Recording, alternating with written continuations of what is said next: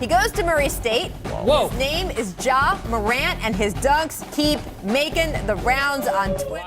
Kid is super special. Like I said, the sky's the limit for the kid. Maybe remind some people of Isaiah Thomas. His skill level is pretty fascinating. I mean, he can shoot the basketball, he can go off the bounce, he's a superb athlete. The thing that you question about, can they win?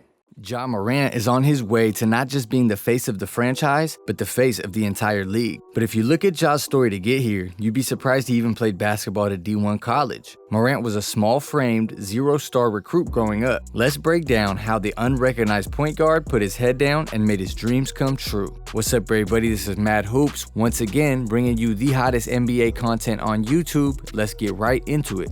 Demetrius Jamel Morant was born on August 10th, 1999 in Dalzell, South Carolina. Growing up, the town hovered around 2,000 people. Not exactly a hot spot for talented young athletes to get challenged by competition. But luckily for Ja, his dad T. Morant was ready to push his son as much as he needed. You see, because Ja's dad actually has his own storybook of basketball to unfold. T grew up in Dalzell as well and made basketball his life. He would show promise in high school, playing alongside future NBA legend Ray Allen. While Allen would get a full ride to a D1 school across state lines in Connecticut, T stayed home in South Carolina and played D2 at Claflin University. T continued to work and dedicate time to his craft, eventually earning the chance to go play pro overseas. But right before he was ready to leave, he got the news he was due to be a father soon.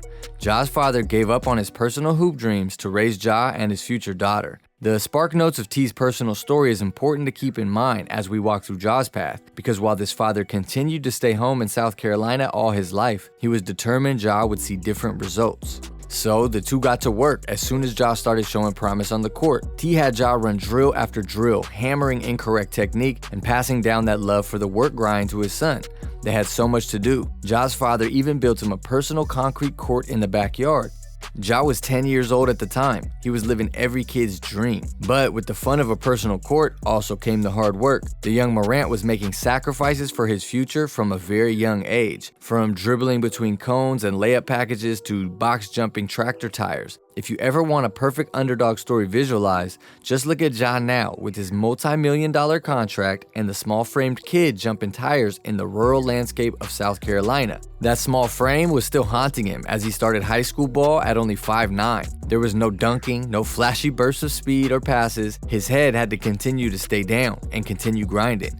Back to T and the backyard. This trend followed him all through grade school, and when asked to reflect on those years with his dad training, Ja has a surprising answer. He explains how T was his first and still biggest hater he's had. It's that tough love and critiques that have toughened his skin and built resolve in himself. He always knew what he was capable of, he just had to get someone to notice. By senior year, he was a flat 6 foot and started having his first dunks. He had become a name in his small area and grassroots AAU team in Columbia, South Carolina, which created the craziest childhood duo to look back on as he teamed up with Zion there. But still, he wasn't getting noticed. He was a zero-star college recruit with 0 offers from any D1 school. At that moment, it looked like maybe he was going to have to follow his dad to a D2 program. In a last-minute Hail Mary, Ja got a call that he was selected to fill a replacement spot for a basketball camp run by NBA player Chandler Parsons. So Morant went and exploded on the court against the top recruits and raked in multiple college offers.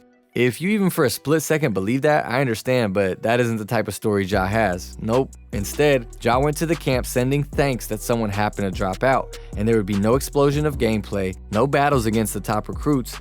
In fact, there were rarely moments scouts even had their eyes on the kid. But then one day, the camp splits up. The lesser prospects got sent to an auxiliary gym while the main kids stayed and played in front of scouts. Ja would be playing a 3-on-3 game in the Misfits gym when a pair of eyes finally found him. Murray State assistant coach James Kane got hungry after watching the big names for a while. He walked the halls to a concession stand and purchased a bag of chips. Before he headed back with his snack, Kane heard games being played in the other gym. Out of pure curiosity, he decided he'd check it out. He peered in and immediately locked in on Ja during that 3-on-3 game. It wouldn't take long before James was calling Murray State head coach Matt McMahon to drive to the camp just to watch Ja. This random snack break from a coach with other players on his mind led to Morant's single college offer. At the time of recruitment, Ja and his family were so overwhelmed that he had gone from a 0-star to D1 attention that his mom at one point asked Kane if the scholarship was going to be for a full 4 years or not. James said he responded with a laugh and then explained that yes, but he was not going to be there for all 4. Walking onto the campus of Murray State, Ja still held that label of severely underrated. The college freshman drew no attention from his recruitment by the media or even the school. Ja recalls walking around the campus and sitting in places with zero recognition from anyone. He needed to prove himself all over again. Dalzell and the home court were gone. This was the big leagues. Luckily, Morant continued to grow in fame and height while at Murray State. He'd grow to his current height of 6'2" and start to unlock some of that monster athleticism mixed with the well-rounded style of play that we see in today's games. Ja finished his rookie campaign averaging 12.7 points, 6.5 assists, and 6.3 rebounds. He received first-team All-Ohio Valley Conference honors and helped his team get to the NCAA tournament. It was all starting to come together for the future All-NBA point guard.